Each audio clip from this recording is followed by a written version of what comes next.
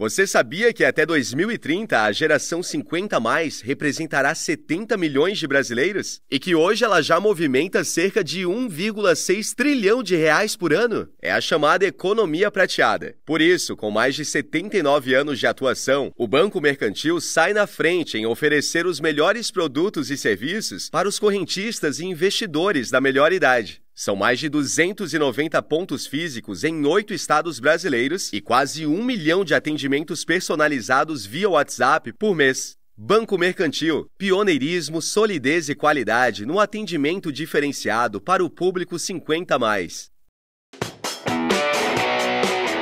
Gamecast! Bolsa de valores, sem mimimi, é da Clear.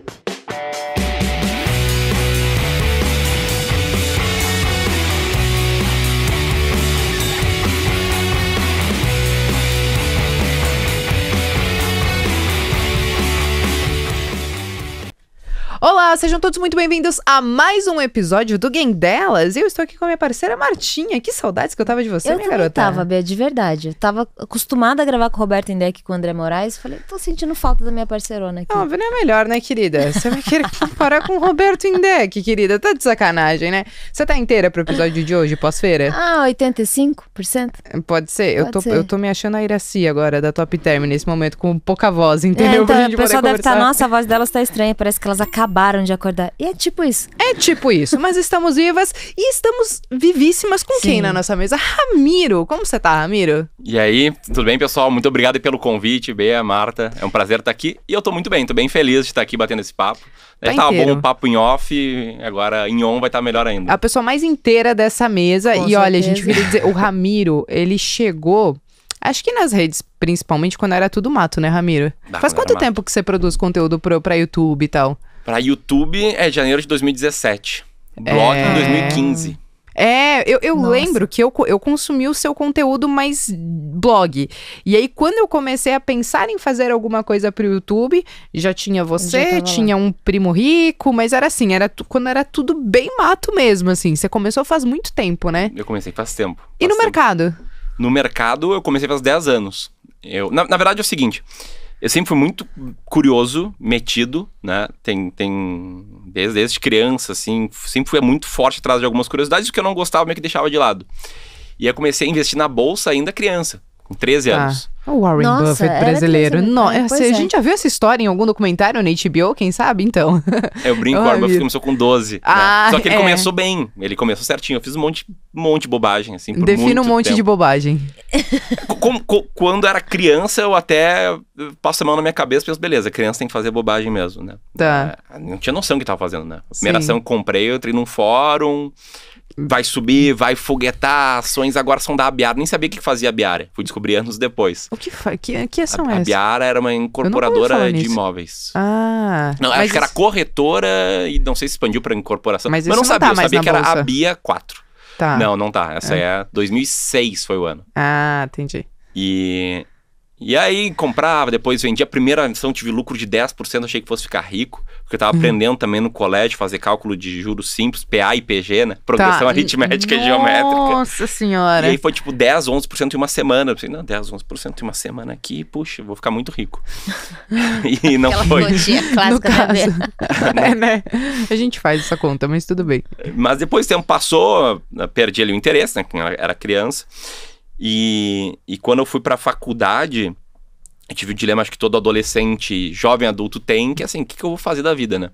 Eu não tinha uma clareza sobre o que eu queria. Tinha muito forte a ideia de um dia empreender. Isso foi muito, muito forte em mim desde cedo. Mas não sabia com o quê. E aí decidi fazer 2 faculdades porque eu não sabia qual fazer. Eu fiz uma de manhã, que foi Direito, e uma de noite, que era Ciências Contábeis. Tá. E nesses anos de faculdade eu tive pequenas experiências, um estágio de 2 meses na área pública que eu não gostei, depois um estágio de 6 meses numa empresa de contabilidade, depois um escritório de advocacia, e eu não gostava de nada, assim. E o tempo começou a ir passando, eu sou muito obsessivo, assim, eu pensei, poxa, o que eu vou fazer na minha vida, né? Entrei na faculdade com 17, depois fiz 18, depois fiz 19, cara, não me acho em nenhum lugar. E aí eu caí numa propaganda, num spam no Orkut. Nossa Olha só. senhora. A gente tava falando agora de spam, né? Nossa, a gente tava falando agora tava do spam falando. que tem no Instagram. Eu caí no spam no Orkut tipo esse, assim, estou amazing com os resultados que tenho. Os gringos. Os gringos, Faz até o né? sotaque dos gringos dos spams, né? Que é isso que tem em todas as redes. Bianca Hartford FX, né? Isso, é sempre Obrigada pelos resultados, você é incrível. Não imaginava transformar 1.000 libras em Isso. 7.000. Assim, por que vai acreditar nisso? Mas eu acreditei em algo Tem parecido gente, viu? lá atrás. Não desconfie disso. Tem gente que acredita. Não, eu tenho certeza. Eu fui uma dessas. Você no Orkut, no caso. E era um negócio, assim, de ganhar 1% ao dia. Olha. 1% ao dia Poxa, com day maravilhoso. trade. Ah, maravilhoso. E aí, claro, né? Hoje eu descobri que pra comunicar bem as coisas, eu tenho que falar real. Eu tenho que falar, porra, que burro que eu fui, né? 1%. O que cresce 1% ao dia? Vamos lá, né? Você pensa que empresa que cresce 1% ao dia, empresa normal. Por que você acha que qualquer outra coisa vai crescer 1% ao dia, Pois né? E uma comunidade de day traders brasileiros fazendo Tá. propaganda por spam no Orkut, né? Tá. Tem toda a credibilidade de quem faz 1% ao dia. Daí você embarcou nessa onda. E aí eu embarquei nessa onda.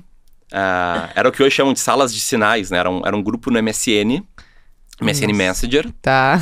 em que um cara não era análise, não era recomendação, mas ele falava, estou comprando Vale, opções da Vale, Sigo agora mestre. ao Era preço sigo tal. mestre. É isso aí. E aí, E aí todo mundo entrava e assim... opções. Isso. Opções e ações. Era day trade Sim. alavancado em 10 vezes. Ah, Que poxa, tranquilo. que delícia, né, gente? Assim, indicação por MSN ainda. E aí você meio que foi tentar seguir isso e deu com burros na água. E aí, em 30 dias, perdi 30%. Acho que dei sorte até em não ter perdido tanto. Tá. Só que aí eu comecei a ter a primeira lição de finanças comportamentais, que eu nem sabia o que era, né? Eu pensei, poxa, perdi 30%. Era um dinheiro muito relevante pra mim, era 20 mil reais na soma. Sim.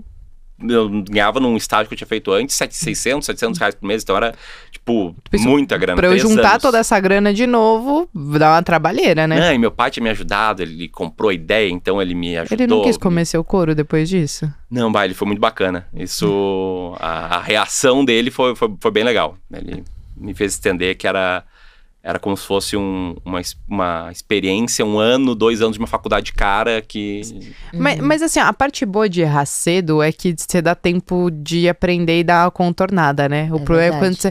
E errar cedo, e em tese, assim, claro, era muito dinheiro. E ainda é muito dinheiro pra algumas pessoas. Mas assim, quando você erra tarde e com uma grana muito maior, pra você dar o giro, depois você... É muito tá lá- mais difícil. É. Mais difícil. tu tem muito mais responsabilidade, geralmente, também, né? Eu era um gurizão. Morava com meus pais, tinha 18 Sim. anos, não tinha É a grande fase de responsabilidade fazer na isso vida. daí, acho que é. É, mas por natural. que você veio pro mercado em si? Aonde que você ouviu falar de bolsa? Que você Era isso pensou... que eu perguntei, que ele falou 13 anos, eu falei, tá, mas aonde veio essa influência? Porque com 13 anos a gente não tá pensando em nada Gente, disso. com 13 anos, né, eu já tinha passado a fase de comer terra, mas assim, a gente não tava pensava em comendo, mas, a gente assim, não pensava em bolsa. Realmente não tava pensando.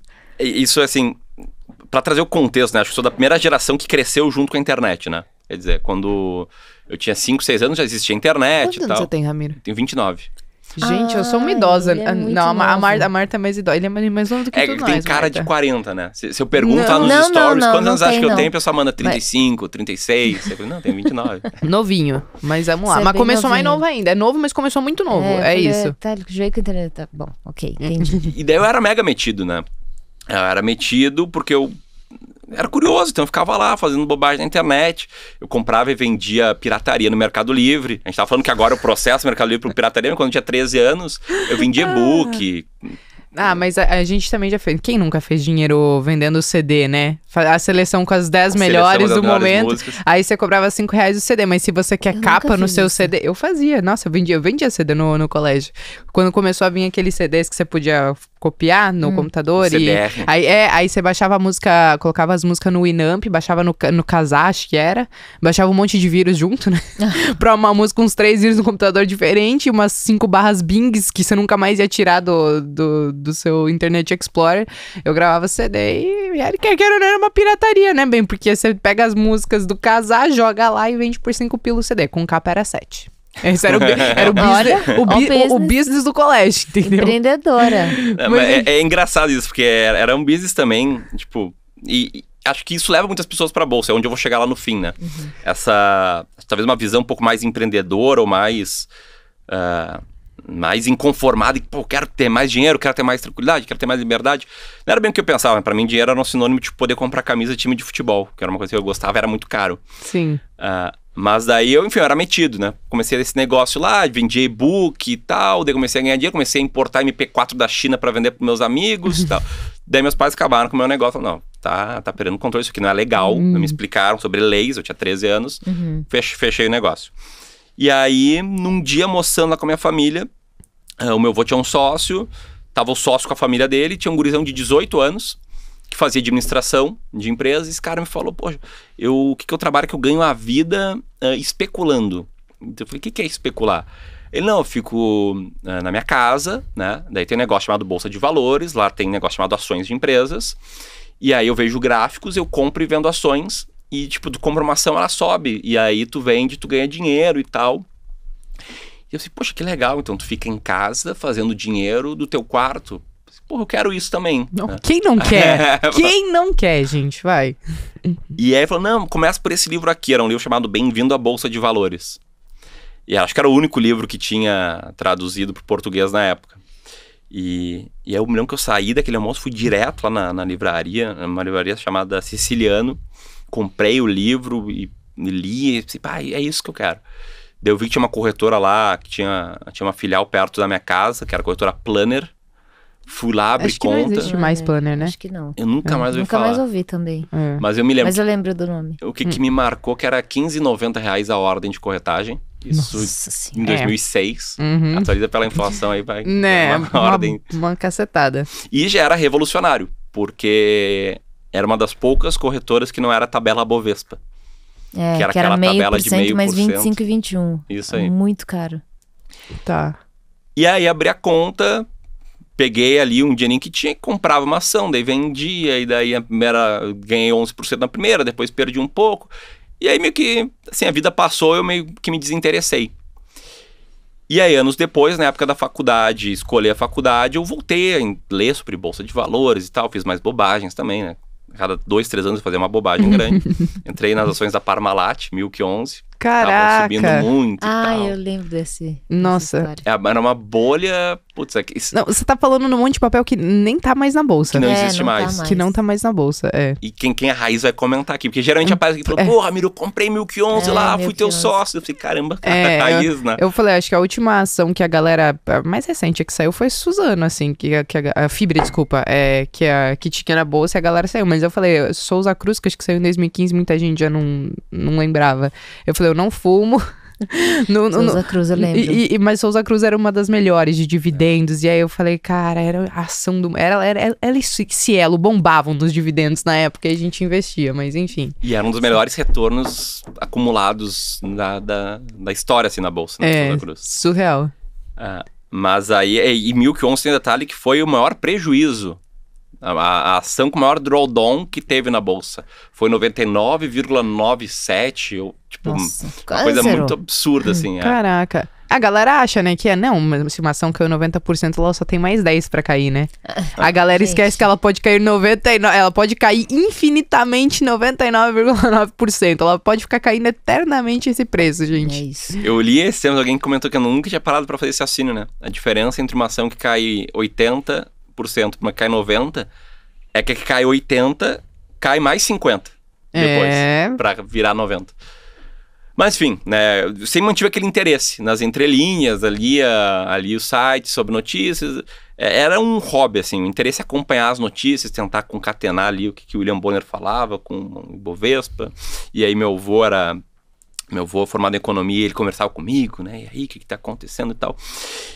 E aí, entrando na faculdade, tive um monte de experiência pequena profissional, pequenas experiências profissionais foram ruins. Tentei empreender com day trade, foi um horror, né? Isso que eu não contei o final da história, perdi 30, depois eu tentei recuperar tudo com opções.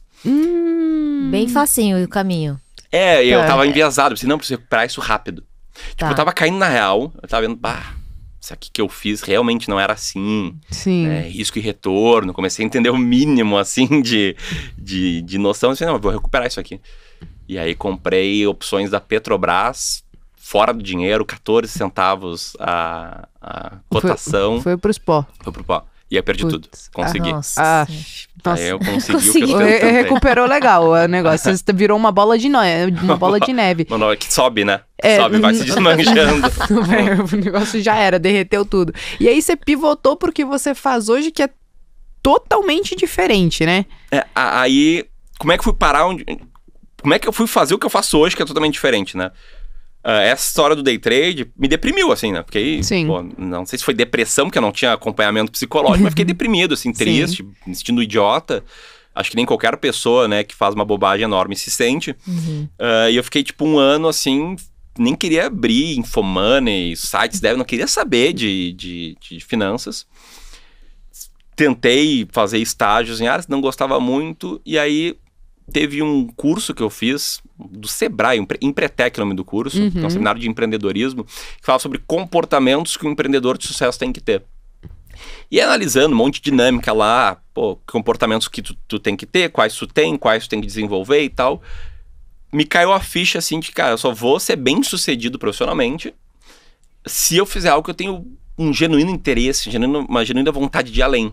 E eu não tinha nem no direito, nem em contábeis, assim, eu fazia o mínimo necessário para passar de ano, não era um excelente aluno. Mas em finanças eu tinha, em investimentos. E aí eu saí daí, pensei, não, vou tentar, sou jovem ainda, vou tentar ter uma carreira no mercado financeiro, que eu tenho interesse genuíno, já fiz um monte de bobagem, já tenho conta na corretora há bastante tempo, eu entendo o mínimo do funcionamento, só falta saber o que fazer para ganhar dinheiro lá. Sim. E aí eu conheci, falei isso pro meu Dino, era um facilitador do Empretec. Eu falei, não, estuda sobre esse cara aqui, o Warren Buffett. E me deu a biografia do Warren Buffett, A Bola de Neve. Sim. E eu não sabia quem era o Warren Buffett até então, né? Porque eu era do submundo da especulação, dos day traders e tal. E eu li aquilo, pensei, poxa, é isso, né? Me identifiquei muito com a ideia de acumular patrimônio, de estudar, comprar boas empresas. E eu sempre pensei, não, eu quero fazer o que esse cara faz, eu quero trabalhar com gestão de recursos e em fundo de ações. E aí entrei em 2013, agora vai fazer 10 anos, listei empresas que tinham fundos de ações em Porto Alegre, entrei em processos seletivos e entrei numa, que era a Fundamenta, que foi assim também uma sorte danada, porque eu fiz processo seletivo para corretora que logo depois, 1 ano depois, saiu, né? Saiu de Porto Alegre. Processo seletivo de gestora que era muito maior e que eu não teria acesso ao gestor, às pessoas que tomavam decisões. E eu entrei numa empresa que eram pessoas muito boas, muito experientes, que sou muito grato. E a gente sentava assim, que nem a gente está agora. Né? Era um balcão, 4 pessoas de um lado, 4 do outro. E eles ainda... Eu era muito tímido, né? Eles ainda falavam, não, mas Ramiro, vem aqui, tira as dúvidas, cola do meu lado, eu te explico as coisas. Então foi uma universidade, assim, para mim lá, esses anos de Fundamenta. Aí entendi que era análise fundamentalista, como selecionar ações, longo prazo. E como era algo que eu era apaixonado, eu ia muito além, né? Eu ia atrás, lia livro, lia e-book, etc. Até que lá, pelas tantas, como é que fui parar onde eu tô hoje, eu me apaixonei por uma filosofia de investimentos muito específica, que eu não via ninguém assim falando, ninguém falava na verdade, né, muita educação financeira no Brasil, mas eu não encontrava nem muito material no Brasil sobre isso. Né, eu li um livro chamado A Fórmula Mágica, do Joe Greenblatt, que na época não tinha tradução, né, ele foi traduzido ali em 2005, 2006, tinha um nome, Mercado de Ações a Seu Alcance, mas não tinha em nenhum lugar essa edição, então era só em inglês. Eu li aquilo, aquela ideia... Ela entrou muito, assim, na minha mente. E eu comecei a estudar tudo que derivava da ideia do livro. São 3 indicadores que ele usa? Ele usa 2. ROI e preço-lucro. Preço-lucro? Na tradução, eu não sei se na tradução fizeram com isso, mas na prática era retorno sobre capital tangível. Tá. Que seria tipo um ROIC sem ágio, sem goodwill. Tá. Então... É o retorno sobre, assim, a empresa coloca de dinheiro em CAPEX, que vai retornar isso aqui, né? E o que ele chama, daí eu criei uma confusão, né? O que o autor chama, o Greenblatt chama de earning yield. Sim. Só que earning yield, ele deixa bem claro que é lucro operacional. Lucro da operação da empresa, sem contar com lucro, receita e despesa financeira, sem contar com depreciação e amortização. Então, é bem lucro da operação. Que ele chamou de earning yield, né? A operação sobre o total enterprise value. E aí, basicamente, a regra era matemática. Tu pega as empresas com maior earning yield, tu pega empresas com maior ROIC, com maior earning yield é o ranking 1, a com segundo maior é o ranking 2, a terceira maior é o ranking 3. ROIC é a mesma coisa, tu soma os rankings e compra as 20 ações mais com menor ranking somado, né? Que aparecer ali no topo da lista. No topo da lista. E eu achei aquilo mas que coisa simples, né? Simplificou muito. Muito. E a explicação, assim, esse livro, pra mim é o livro que eu mais indico pras pessoas, porque se tu não entende nada de ações e tu lê ele, tu vai entender o livro. Sim. Ele é muito bem escrito. O autor comenta que ele tá escrevendo para que o filho dele, de 11 anos, entenda o que o papai faz, né? Com o que o papai trabalha. Sim. E é de uma didática, assim rara, né? Eu li, já pesquisei um pouco a estratégia. Na minha primeira vez que eu li, eu falei, não, gente, eu acho que isso é muito simples. Será que funciona? E aí depois, quando eu comecei a ver o seu conteúdo, aí eu pensei assim, gente, mas é algo parecido. Não é exatamente isso, né? Mas é algo muito parecido, né? Isso. E eu falei... E aparentemente funciona. E aí, por isso que eu te chamei. Eu falei, eu fui chamar o Ramiro porque ele faz muito diferente do que a maioria faz. A maioria é o feijãozinho com arroz, vai fazer, assim, análise fundamentalista não é feijãozinho com arroz, né? Dá um puta trabalho você destrinchar um balanço, você ver parte de governança e fazer toda essa parte. Mas isso entra um pouco na sua análise ou você meio que deixa de lado? Você realmente vai pros indicadores e, ó, gente, a gente deixa de lado. Totalmente de lado. O que cria um enorme desafio de comunicar isso para as pessoas, né? Porque todo mundo que te ouve falar, todo mundo que é bom falar, são pessoas boas, com estratégias boas, pensa, esse cara tá louco, né? Tá indo contra... Eu achei fantástico, juro. É que você gosta de dados, né, Martinha? Você gosta. A Marta, ela é muito prática na questão. Vamos analisar dados e vamos ver o que essas informações estão me trazendo. E é isso. Ela brinca comigo que eu fico floreando muito as minhas análises. Eu fico fazendo poesia com as minhas análises. E ela é mais diretona, ela é mais prática pra fazer as coisas. Mas é essa sensação que eu fiquei quando eu li o livro. Falei, cara, não pode ser verdade. Né? E aí eu ainda tava na faculdade. Lá a faculdade tinha um acesso à economática e eu pensei, eu vou fazer um teste disso aqui no Brasil. E aí eu fiz e, cara, o resultado foi bom, foi bem melhor que o Ibovespa, o teste foi bem feito, né? Tem um monte de viés quando tu faz backtest, de pegar dado que não era público na época e tal. Eu fiz tudo certinho, né? O pessoal lá da Fundamenta me ajudou. E eu pensei, cara, isso aqui é revolucionário. Aquela ideia ficou tão forte em mim que basicamente tive que sair para empreender, para trazer as minhas ideias para colocá-las em prática. Eu era muito grato lá onde eu trabalhava, mas eu pensei, eu preciso da minha empresa para eu fazer gestão de investimentos só com regras matemáticas, quantitativas de valor para ações, também alocação de ativos, tudo que a gente investe tem essa pegada bem... o nome técnico seria quantitativa, né? Quantitativa de investimento em valor. E esse foi a porta de entrada. Depois eu li vários livros sobre estratégia quantitativa de investimento em valor e várias variações da Magic Fórmula, até que eu trouxe uma variação para o Brasil que é até ainda mais simples. Só olha para o earning yield, tu nem olha para o ROIC. Olha só. Caramba. Que tu gera uma carteira com um potencial um pouco maior, retorno histórico um pouco maior, um pouquinho mais de volatilidade, um pouquinho mais de risco, mas com resultado de longo prazo, na maioria das janelas, melhor. Tá. E desde então meu grande desafio é conseguir transmitir isso para as pessoas a ponto em que, primeiro, né, elas entendam que não é uma listinha de ações, porque na simplificação tu vai lá, tu faz todos os filtros, vai ter uma listinha, Uzi Minas, fertilizantes Henger, vai ter uma listinha de ações. Sim. Só que se tu não tem a convicção na estratégia, quando a estratégia estiver indo mal, tu vai querer abrir mão dela, tu vai querer vender as suas posições, vai querer sair fora. Então tem que fazer as pessoas terem convicção na estratégia e entenderem que, apesar de ser muito simples, o racional por trás, ele é muito robusto. Fundamentado. Ele é bem fundamentado. Ele parte do pressuposto de que, assim, quando tu vai fazer uma análise que tu vai colocar o teu toque humano, tu tem muita chance de colocar um viés teu. Putz, eu já... É natural, né? Todo mundo tem viés, né? E aí a tese, né, dos autores que criaram a estratégia é que, assim, um backtest de uma estratégia, todo mundo pensa que seria tipo o piso, né? Daqui pra cima, porque se sem toque humano foi assim, poxa, imagina com toque humano, o cara sabe que os Minas tem ciclo de commodities e tira os Minas, e aí sabe que Taurus tem risco político e tira Taurus e tal, pô, com toque humano vai melhorar. Só que na prática, a tese não. A estratégia não é o piso, o backtest, né? Ele é o teto. E quanto mais toque humano tu colocar, mais tu vai piorar o resultado, porque tu vai colocar os teus vieses, e aí tu vai tirar as ações mais baratas. Sim. As ações mais baratas, elas estão baratas porque todo mundo toma decisão, são seres humanos, que pensam, poxa, eu não vou comprar essa ação, porque ela tá com esse risco, ela tá com essa questão, ela tá com... Mas faz todo sentido, porque toda ação barata agora, e quando a gente faz a análise da questão do viés humano, a gente tem mania de perpetuar a situação que tá agora. Então, se ela tá muito barata, você fica olhando lá na frente, parece que é só isso que ela tem ali pra frente.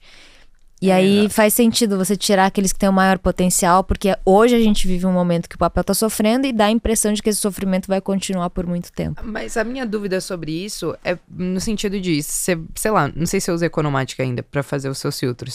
Enfim, eu usei por um tempo também, porque é completíssimo. E aí, uma vez, quando eu tava estudando a estratégia dele, eu fui lá e tentei fazer um filtrinho. Eu falei, não, mas isso aqui não tem liquidez, então isso aqui sacar fora. Não, mas isso aqui não sei o que. Então, tem algum outro filtro que você faz? Porque às vezes você vai ter papel que você vai ter dentro ali da bolsa de valores que, cara, aquilo ali não sai negócio ou alguma coisa assim, ou você ainda vai no bolo, entendeu? E seja o que Deus quiser. Não, a gente tem outros filtros. A gente coloca o filtro de liquidez, Tá.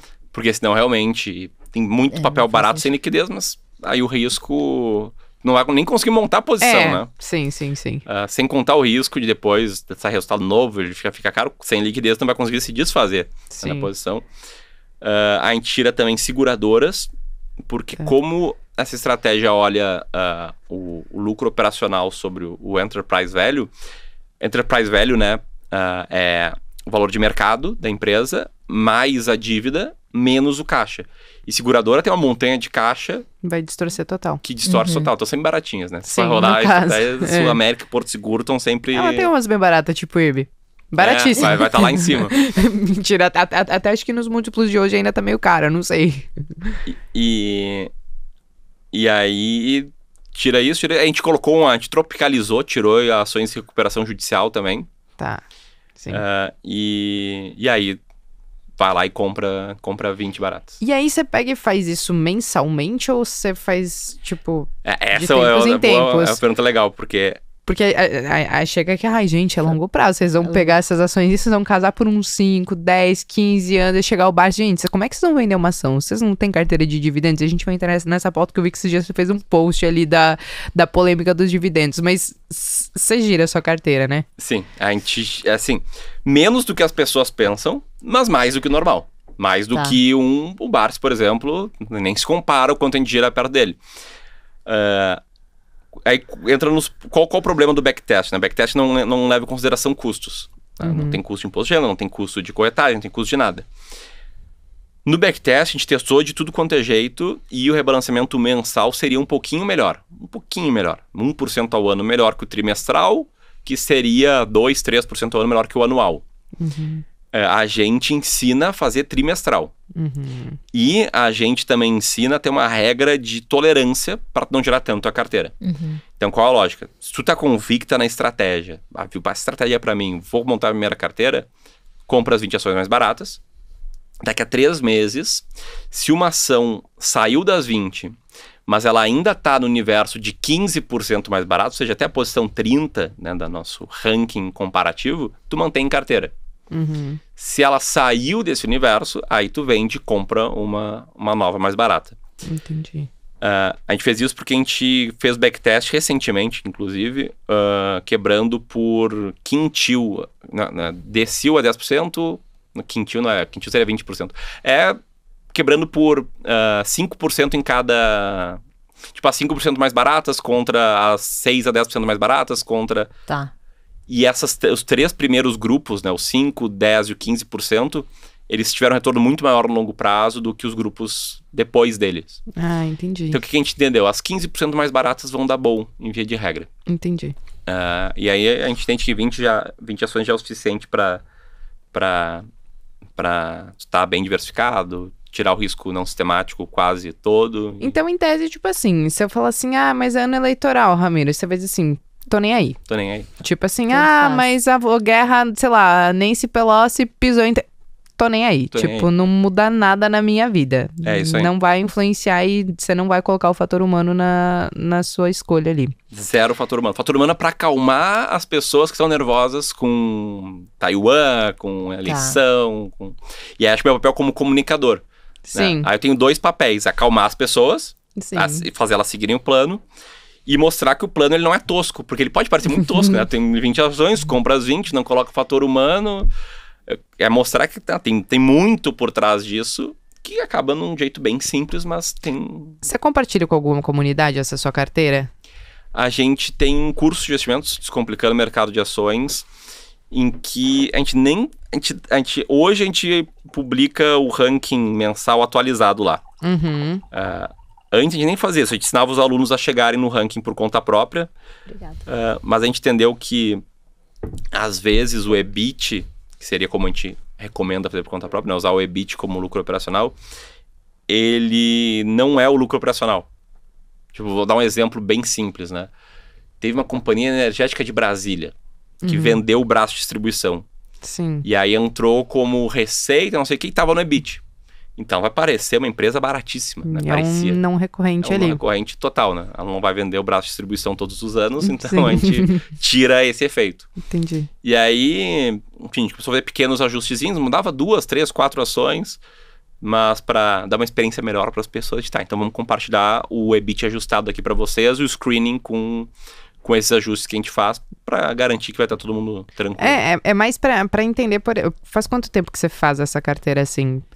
Entender de resultado, porque a gente tá falando, mesmo que a gente esteja falando, você esteja falando, gente, não é uma estratégia tosca, você tem um backtest, se você tem teorias em cima disso, a gente tirou de algum lugar, aí a galera fica, mas essa questão de resultado, algumas coisas às vezes você compartilha, talvez no seu canal que eu vejo, né? O que a gente tem? A gente tem um backtest desde 96, que claro, daí é backtest, né? Sim. É a planilha, e tem gente muito analítica que pensa, poxa, mas a planilha aceita tudo, como é que eu vou saber da segurança do backtest? E aí, não vou chamar de sorte, mas um pouco de sorte com skin in the game, desde 2016 eu sou gestor de investimentos, então desde 2016 eu faço gestão de carteiras de clientes, tem resultado delas cotizados, e aí eu pego meus clientes mais antigos e mostro, esse cliente aqui começou em 2016, a carteira de ações dele contra o Ibovespa tá assim. Esse aqui começou em 2017, tá assado. Esse aqui começou em 2018, tá assim. Então a gente consegue provar com resultados. Eu chamo de sorte porque 16 para hoje é o limiar entre o médio e o início do longo prazo, né? 5, 6 mas, assim, anos, quase 7. E foram anos muito diferentes. E foram anos muito de diferentes. lá. E esses últimos 3 anos foram... Eu digo assim, ó, eu tô desde 2011, não é tanto tempo assim no mercado, mas esses últimos 3 anos foi algo que eu não lembro de ter visto antes, óbvio, porque a gente não viu uma outra pandemia antes, mas assim, de questão de frequência mesmo de mercado, de como caiu, de como se recuperou, de como tinha todo mundo muito otimista em 2021, jogaram água no chope, de repente começa 2022 com uma guerra entre Rússia e Ucrânia, e aí você tem uma taxa de juros muito alta, com uma bolsa muito barata. Inflação, isso a gente até viu mais ou menos em 2015, ali que a gente tinha um 14,25 por ali.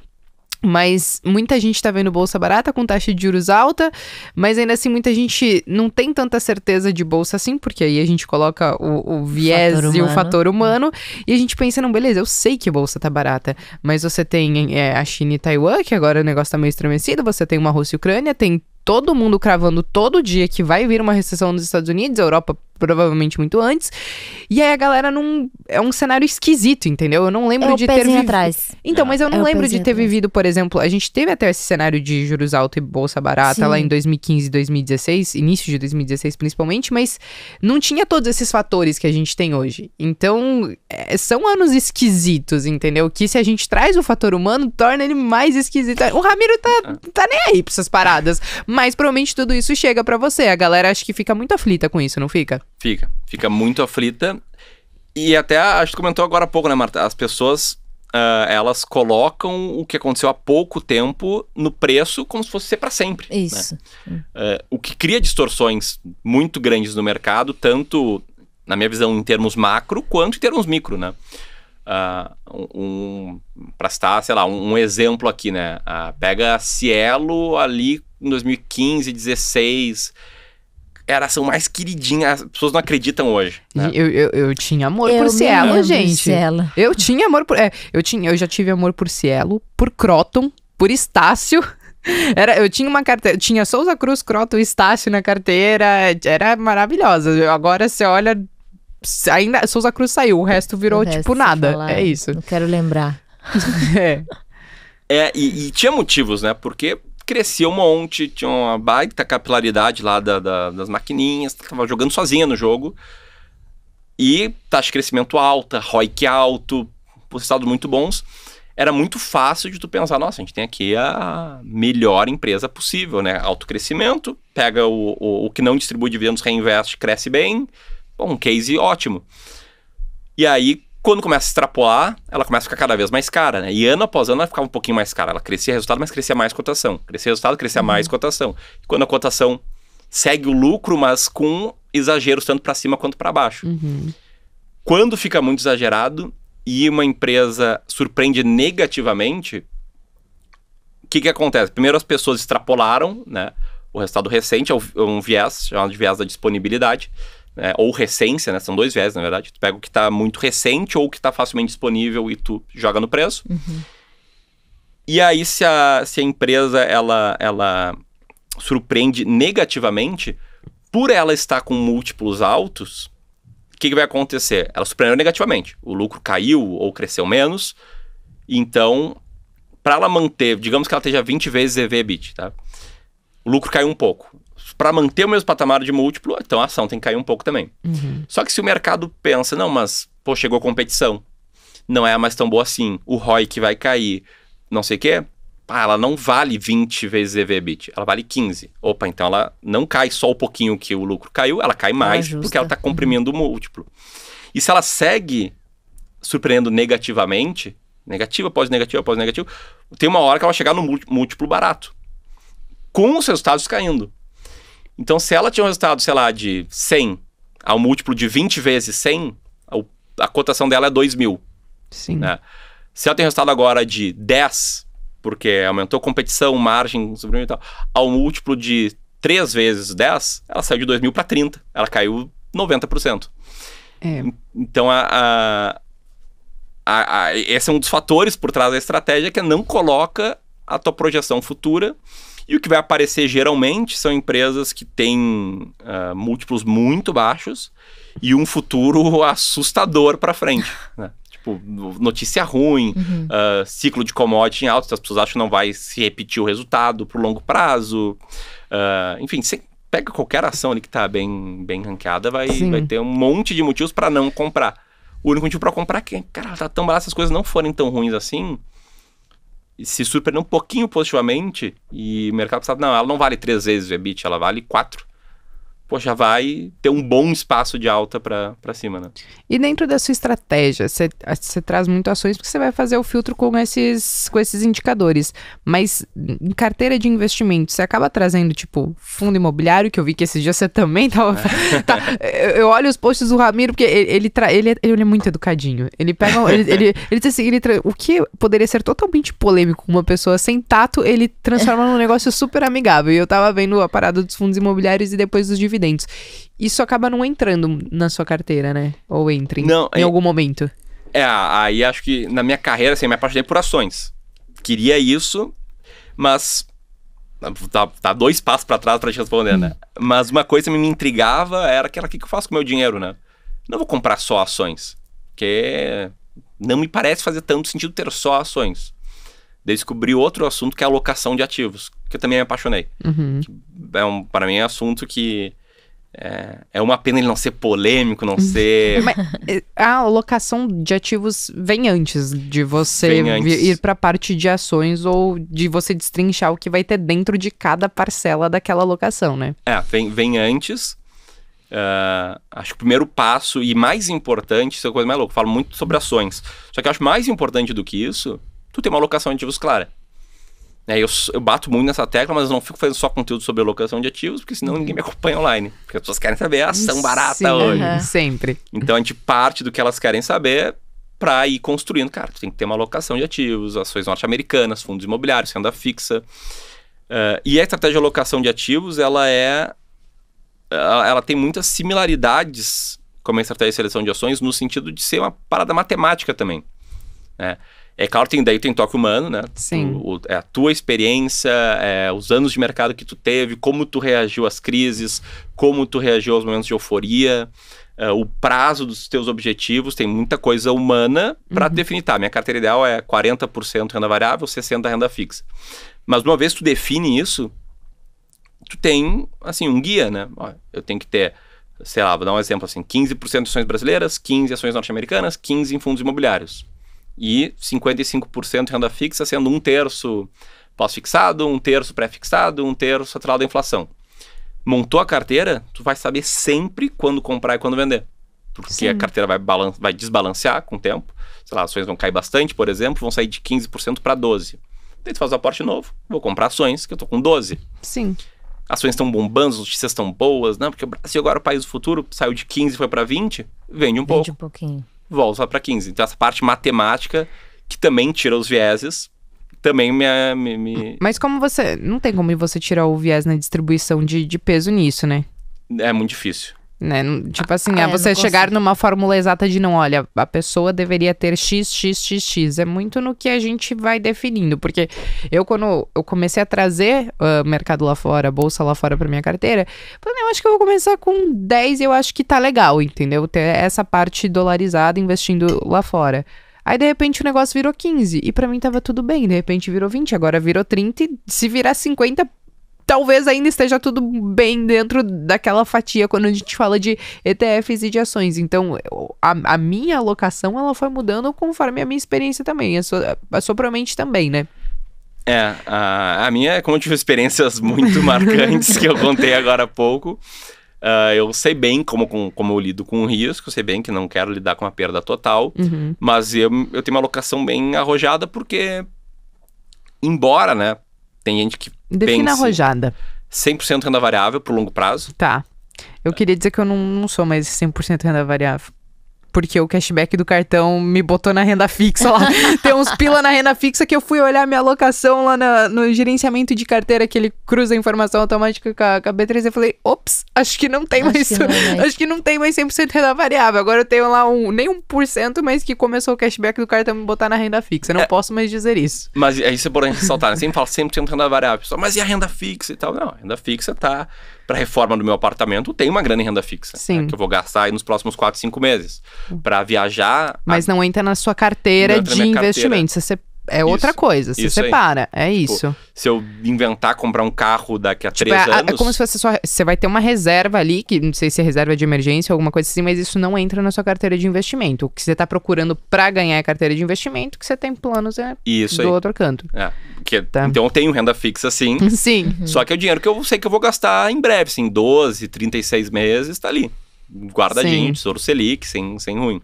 Importante botar esse disclaimer. Não, porque eu falo assim, não, gente, é óbvio que você vai ter uma reserva de emergência, mas eu não boto na conta do investimento porque eu já fiz a cagada de estava tudo no bolo.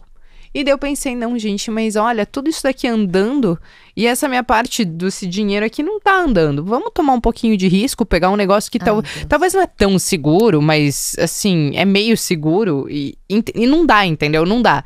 E aí eu falei, não, gente, saca isso daqui, porque ele não pode ficar variando. Eu entendo que isso daqui não vai ter uma rentabilidade muito boa. E ele vai ser meu colete salva-vidas, entendeu? Apertou, eu sempre dou, coitado do Rafael, ele já foi sequestrado umas 1000 vezes. Eu digo assim, a galera acha assim, reserva de emergência é tipo, perdi o emprego. Daí eu falei, gente, eu no meio da pandemia me aventurei, quebrei uma clavícula, tudo bem, tinha plano, mas se não tivesse plano, você tem o custo da cirurgia, você tem não sei o que, Rafael é sequestrado, você deu... Cara, o sequestrador, ele não vai esperar D+2 pra você zerar a posição em bolsa de valores pra você pagar o resgate, entendeu? Então, eu separei, porque eu ficava na tentação de tipo, preciso fazer esse cantinho render junto com todo o resto, sabe? Sim, eu sei bem como é que é. Você já caiu nessa tentação? Não, você foi consciente. Mais ou menos, né? Talvez enviesado. Agora tô reformando apartamento e eu errei o cálculo. Então, lá pelas tantas, eu tive que fazer um resgate de renda variável. A reforma é isso, né? Todo mundo erra o cálculo. Ninguém acerta cálculo de reforma, Mas nem gente. margem de erro quando a gente vai gastar É uma com margem, isso, é uma acertada. margem de erro de É. quase 100% às vezes, entendeu? É surreal que reforma, você bota X, às vezes sai 2 vezes X. É surreal, é impressionante. Uma lição que ficou bem sobre finanças é não subestime Mas, o preço de uma reforma. É bom ver o rico viver, entendeu? Porque ele tá fazendo reforma agora. Tá tudo, tipo, caríssimo pra fazer uma reforma. Tá o olho da câmera. É bom ver o rico viver, é isso. Se aventurando agora. Mas então deixa eu tirar um pouquinho de renda variável. Mas eu tô te falando tudo isso, né? Dei uma baita volta na alocação de ativos para falar que em fundos imobiliários, em renda fixa, em tudo, a gente tenta seguir os mesmos princípios, né? A mesma ideia de ter estratégia matemática, com filtro matemático, sem viés. Então, para fundos imobiliários, a gente segue estratégia de valor, que é ainda mais polêmico do que ações. Tá. Porque daí tu vai comprar fundos que todo mundo fala que não, mas eles são... Tem um fundo monoinquilino, tem um fundo monoativo. Tem um risco um pouco mais alto. Tem um risco mais alto, mas a gente diversifica em 15, né? Sim. Então, E assim, faz o mesmo giro. Trimestral ou... daí a gente faz anual por causa do imposto de renda, que é bem... Ah, é verdade, porque fundo melhor tem isenção na venda. As mesmas verdade. regras para ter a certa tolerância, né? Não vender tanto, mas anual por conta disso. Esse teu giro trimestral, você roda o seu modelo cada tri para saber se vai sair alguma coisa? Ou você necessariamente fala, agora, como se fosse, entre aspas, montar uma outra carteira? A gente atualiza mensalmente, né, o ranking da estratégia e trimestralmente a carteira dos nossos clientes, a gente faz o ajuste, né? Tipo, sei lá, tinha Taesa. Taesa a gente teve 2 anos. Estava entre as 20 mais baratas, a gente comprou, ficou entre a posição 20 e 30 por 1 ano e meio, saiu para 40 e poucos, vendemos Taesa do trimestre, né? A gente sabia que a gente ia vender, porque ela estava fora, Tá. daí chegou o trimestre, agora vamos vender Taesa e, sei lá, compramos Uzi Minas, por exemplo, né? Isso é feito de forma trimestral e o que gira é mais ou menos 3, 4 ações por trimestre. O que faz a gente ter um tempo médio de manutenção ali de 18, 15, 18, 24 meses, né?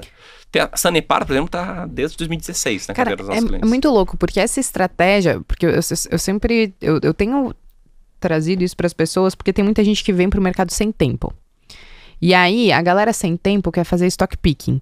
Só que sem tempo você não vai fazer um bom stock picking, tipo, de fazer análise fundamentalista, porque você não, a galera se ilude que vai conseguir pegar todas as empresas que tem na carteira e abrir balanço a cada trimestre, ouvir teleconferência, não precisa fazer isso todo trimestre, uma vez por ano, sei lá, na minha opinião já tava mais do que bom, claro, dependendo do caso, saiu um negócio meio estranho, você vai atrás pra ver o que aconteceu.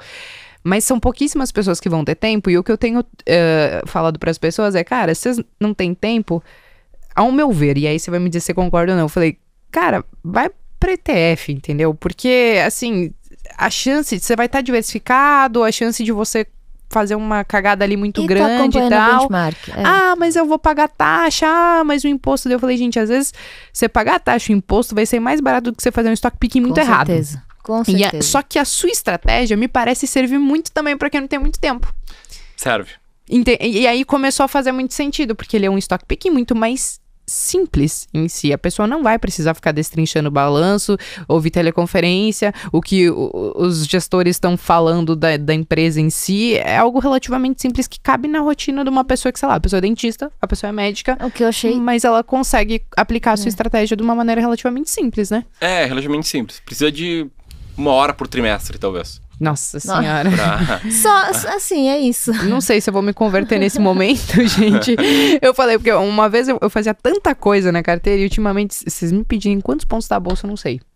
Porque às vezes você não tem mais tempo pra olhar. Isso porque a gente produz conteúdo de mercado, entendeu? Mas às vezes você fica na função de fazer tantas outras coisas em redes sociais e tal, que até acompanhar o mercado não é tão fácil assim. Pelo menos não tem sido tão fácil assim pra mim. Por isso que eu achei fantástico, assim, essa simplicidade que você conseguiu pegar uma coisa que no livro pra você já se mostrou simples, se adaptou pro mercado brasileiro, deixou ainda mais simples, deixou um período que eu acho bem razoável de respiro, vamos dizer assim. Eu falo porque eu sou mais da turma do curtíssimo prazo, então eu também operei day trade durante muitos anos.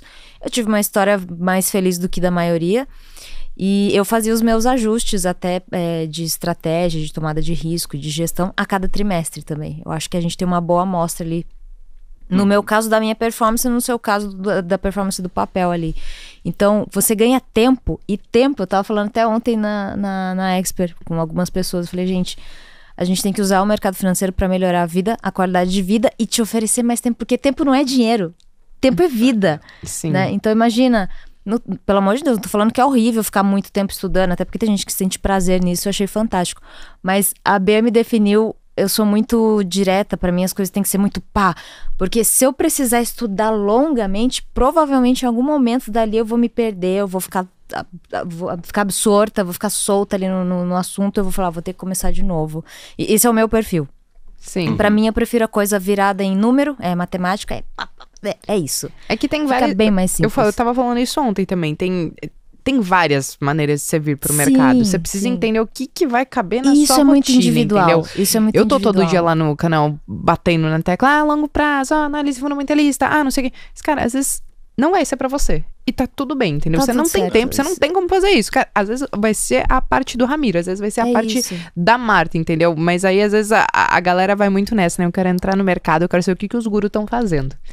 E aí todo mundo vai tentar replicar o que o Barsi faz, só que a galera não tem os bilhões que o Barsi faz. Exato, exatamente. Os bilhões que o Barsi dá pra Aí você não dá replicar pra em tirar parte. o fator humano, porque não dá pra dizer que o Ramiro faz isso porque ele não é o Ramiro. Não, você tem as suas características, viveu as suas coisas, suas experiências com 13 anos.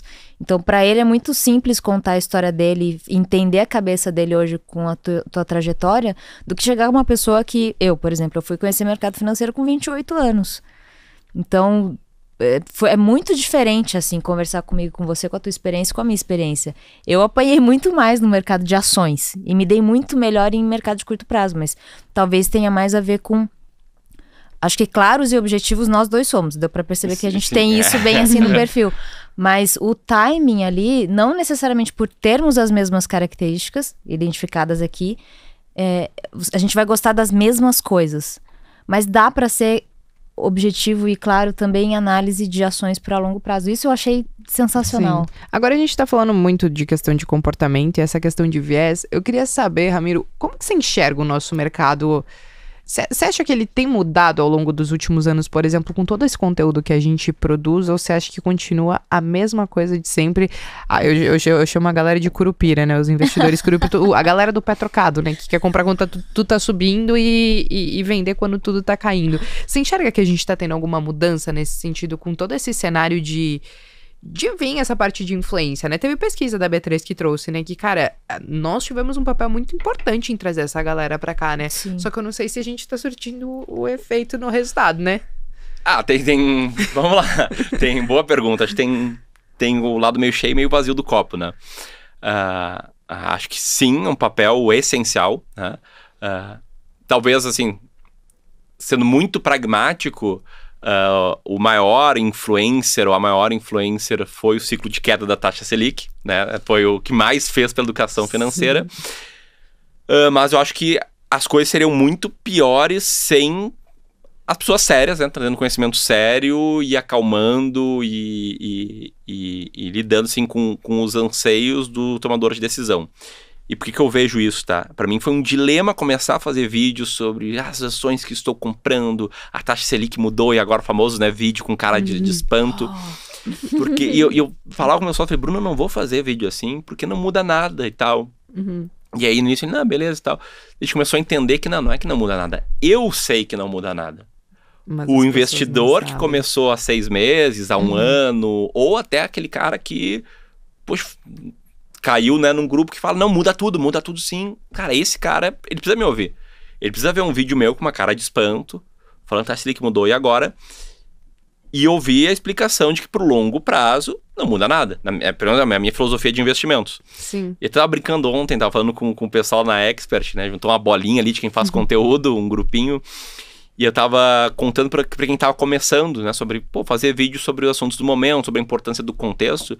E eu falei, vocês podem ver, quem quiser, quem tiver interesse, pode ver que o meu script do vídeo A Taxa Selic mudou agora, ele é sempre o mesmo. Sim. Só muda a introdução, a primeira frase, que eu gravo 3 takes, né? Taxa Selic mudou. Pra poder sair na hora que sai a decisão do Copom. Você tem 13,75%, 14%, mas vai que dá muito ruim, 14,25%. É isso, você joga os 3. E o dia que der o muito improvável, você é o único que vou postar vídeo, eu acho. Porque eu gravo todos os 3 takes. E deixa pronto. Deixa olha tudo renderizado, deixa tudo upado já no YouTube. A hora que... Bota esse no ar, esse aqui tá o certo. E é literalmente assim, liga a câmera e falo... Então a taxa Selic acabou de subir para 3,75%. Daí eu viro para outra câmera. E agora? Eu volto. Então a taxa Selic acabou de subir para 14%. E o terceiro take é, então teve uma surpresa aqui. Surpreendeu, subiu para 14,25%. E agora? Então quando subir, quando for uma surpresa, você só eu que vou... Sensacional. Eu nunca fiz vídeo de Selic subir, porque eu acho que eu tinha muito a cabeça que você tinha antes. Nesse sentido de, não mudou nada. E às vezes eu postava assim, gente, Selic subiu pra, sei lá, 13,75, agora eu posto no meu Instagram. E o que mudou? Nada. Obrigada, boa noite, gente, até amanhã. Mas assim, na minha cabeça não mudou nada, mas pra muita gente é muita coisa, né? Eu não tinha parado pra pensar nesse ponto. Talvez esse é meu primeiro vídeo de Selic. É que agora eu não sei se Selic vai mais subir, mas aí agora a gente vai... Cair também agora funciona. Selic caiu, entendeu? As próximas talvez possam ser assim. Acho que vai demorar um pouco, mas vai que vem. Só não funciona quando o cupom mantinha Selic parada. Manteu. É o famoso manteu. Tem que colocar entre aspas, porque a galera acha que a gente fala errado. É o manteu. Eu fiz um dia um vídeo de Selic, o cupom manteve a taxa de cupom, manteu, né, a piada. E aí ninguém assistiu esse vídeo, né? Ninguém ficou curioso. E os comentários, né, também. Mas... E aí, enfim, daí, voltando pra galera de mercado... Eu consigo fugir, né, da pergunta. Não, mas tudo bem. Voltando pra galera do mercado, assim, esse vídeo, o script ele é sempre igual. E nunca vi nenhum comentário falando, caraca, seu vídeo sobre a taxa Selic é sempre o mesmo. E é sempre o mesmo, né? Sim. É o gráfico mostrando IPCA e taxa Selic, a explicação que a inflação está mais alta, por isso que está crescendo, ou que a inflação está mais baixa, por isso que está caindo, e a alocação de ativos no final para explicar que não muda. Mas eu acho que a gente teve impacto sim, tá?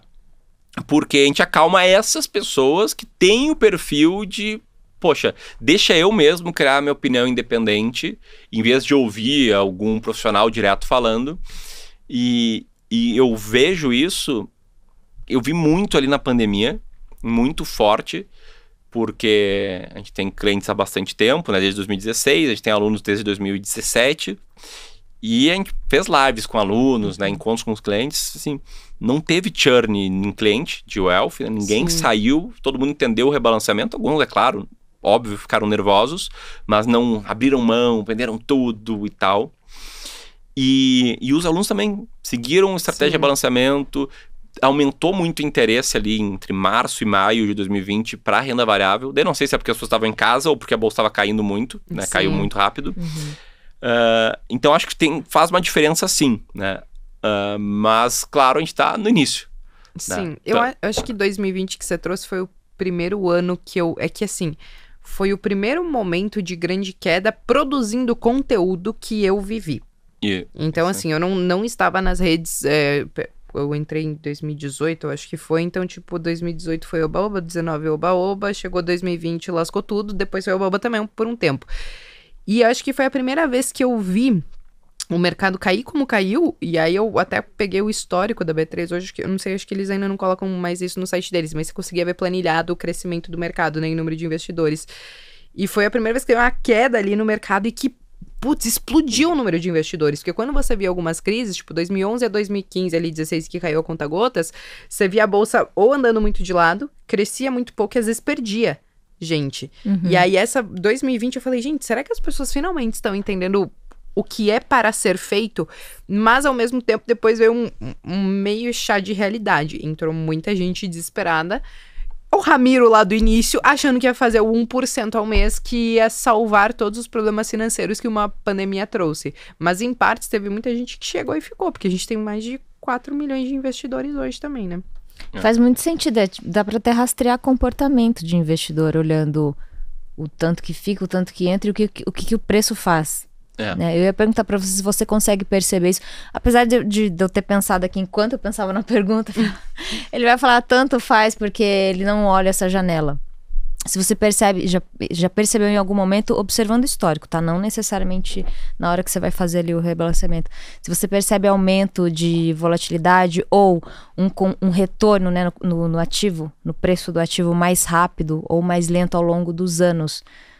Se você consegue pegar, por exemplo, isso que a Bea comentou, tipo, entrada de investidor ou saída de investidor. Se eu percebo na gestão, No preço mesmo, no retorno de preço. Se o mercado entra e fica, se o mercado entra e depois sai logo e aumenta a volatilidade, ele, de repente, daqui 3 meses, ele variou muito no intervalo, chegou ali, ele tá muito afastado do preço que você entrou, ou ele tá muito próximo do preço que você entrou, esse tipo. Como que costuma impactar a sua estratégia, principalmente, Exato. né? Você pega um momento de muita volatilidade. Ah, tá. Né? Tipo, como que isso vai impactar a sua carteira? Porque você vai fazer um rebalanceamento trimestral. Veio pandemia, não deu tempo do trimestre, querido. Foi março. Entendeu? Foi março. Foi comecinho ali. Então, como que isso impacta a sua carteira ali? Na pandemia, ações do ranking, elas foram meio que dança das cadeiras, né? Do nada, Gol foi para primeiro lugar, porque tava tendo lucro operacional e despencou a cotação muito rápido. Esse é o problema, velho. Se Gol aparece para mim no primeiro lugar, eu já começo a questionar assim, gente, mas eu vou seguir mesmo a estratégia, entendeu? Porque tem aqueles setores que você não tem isso, né? Você não interessa o setor. Em primeiro lugar, próximo rebalanceamento a gente compra. E aí eu ia começar a ver isso, daí eu falei, gente, mas será? Eu tenho que fazer mesmo. Mas assim, se Gol despencar, né, e dependendo do momento, comprou, despencou depois ou subiu muito depois, porque foi uma coisa mais volátil, eu acho, da pandemia. Aí entra outro ponto, são 20 ações. Tá? Nenhum cliente nosso tem menos do que 3 classes de ativos. Tem uma cliente só que vendeu um apartamento, queria só fundos imobiliários, a gente explicou, eu quero só fundos imobiliários porque eu vendi um apartamento, quero deixar imóveis. Ok. O resto, todos os 780 clientes, tem pelo menos 3 classes de ativos. Sim. Então, o cliente que mais tem ações, ele tem 33% da carteira dele em ações. Sou eu, inclusive, né? Sim. Mas tem alguns outros com esse mesmo perfil. Se ele tem 33% em ações brasileiras e 20 ações brasileiras, ele tem menos de 2% numa ação. Então, se Gol cair 99,99999%... não é o fim. Ele vai perder 2%. Né? Sim. E sim, a conta fecha porque metade das ações cai, metade sobe, só que as que sobem é a famosa simetria, né? Então, sobe 100, 200, 300, 500 em um ano. E a ação cai 80 no máximo, geralmente. E nesse meio do caminho, se cai 80, no meio do caminho o resultado vai para as cucuias, ela fica cara, a gente vende no meio. Mas percebe uma certa volatilidade no ranking. E fazendo um paralelo com essa tua pergunta, com a dos investidores, o que eu percebo agora, né? Os investidores que investem via fundos de ações, que geralmente, na minha opinião, não é o cara que está no YouTube, não é o cara que está no Instagram, é o cara que tem um profissional de referência, alguém que ajuda ele a tomar a decisão. Esse cara, ele é comportamento manada total. É um exercício assim que tem vários comparadores de fundos na internet. Sim. E tem alguns que tem um gráfico que mostra a quantidade de cotistas e o valor médio investido por cotista. Sim. Entra em qualquer fundo de ações famoso, né? O Alasca, né? Eu acho que sofreu muito. O Alasca foi muito efeito manada. A galera viu 2 anos seguidos de, acho que um ano 60, o outro, sei lá, 30, 40. Vamos entrar. E aí, tipo, foi... Só que assim, a galera olha 2 anos pra fundo. Gente, se muito, né? Às vezes os últimos 12 meses. 2 anos pra fundo não é nada, né? Aí você vê a galera debanda, né? Isso aí é uma coisa que me dá pena dos investidores, porque a culpa não é da gestão da Alasca. Aliás, eu adorava o trabalho de educação financeira do Breno. Dos gestores, né? Da pena dos gestores, porque mas também os investidores estão perdendo por tomar a decisão errada, né? Mas o que eu digo é assim, a galera sai e tira o dinheiro. Na hora que você tinha que tá com aquela grana pra alocar, a galera tá sacando dinheiro. Isso estraga a gestão. Isso é complicado pra gestão, porque como é que você vai se recuperar? Você vai se recuperar em algum momento, mas é muito mais difícil. Tem uma história bem legal, e eu tive a sorte de bater um papo com o Breno, eu trouxe essa história, e a resposta dele foi muito legal. Que a história é o seguinte, na década de 2000, nos Estados Unidos, foi uma década muito ruim pra bolsa, né? 1% ao ano, 0,9% ao ano nos 10 anos. Mas teve um fundo de ações que rendeu 17% ao ano. O cara acertou a mão em tudo, assim, 17% ao ano, multiplica por 5, né, o dinheiro investido no início da década. A média dos cotistas desse fundo, sabe quanto eles ganharam? O fundo deu 17 ao ano. Tá. A média dos cotistas deu menos 11. Nossa senhora. Porque eles entraram, quanto mais o fundo rendia, mais eles iam entrando, saíram tudo em 2008. Em 2008, no auge da crise, eles saíram. E aí o gestor, Ken Hibner, o gestor, ele deu uma declaração que tipo, olha, poxa, eu não tenho culpa, né? Que culpa eu tenho se os caras botaram 5 bilhões entre 2006 e 2007 e tiraram 2 bilhões em 2008. Sim. Aí eu fiz meu trabalho. E o papo com o Breno foi bem legal. Isso em 2018, assim, foi uma tarde muito legal. Ele é um cara que eu respeito e ganhei muita admiração, assim, pra forma que ele nos tratou e bateu um papo muito bom. E eu trouxe a história pra ele. E ele falou, olha, mas aí eu discordo do gestor. O papel do gestor é educar e tal, por isso que eu tô lá. Ele era bem ativo nas redes sociais, né? E ele fazia, assim, conteúdos, na minha opinião, muito bons. Que é, tipo, não invista dos nossos fundos. Sim. Entenda que pode cair, não sei o quê. Só que as pessoas não liam, né? Porque caiu, tiraram dinheiro. Então, eu vejo que nos fundos de ações, quem investe por fundo, que é geralmente, né, com algum profissional ali ajudando a tomar a decisão, tem muito isso de comprar na alta e vender na baixa. E aí, né, tu fala que eu sou muito educado para trazer pontos polêmicos. Eu acho que eu vejo um grande conflito de interesses, que é a linha d'água de taxa de performance. Sim. Se o cara ganha rebate sobre a taxa de performance e o cliente está num fundo que caiu 40, ele fala, não, esse fundo aí perdeu a mão. Vamos aqui pro outro fundo, vende esse, compra esse.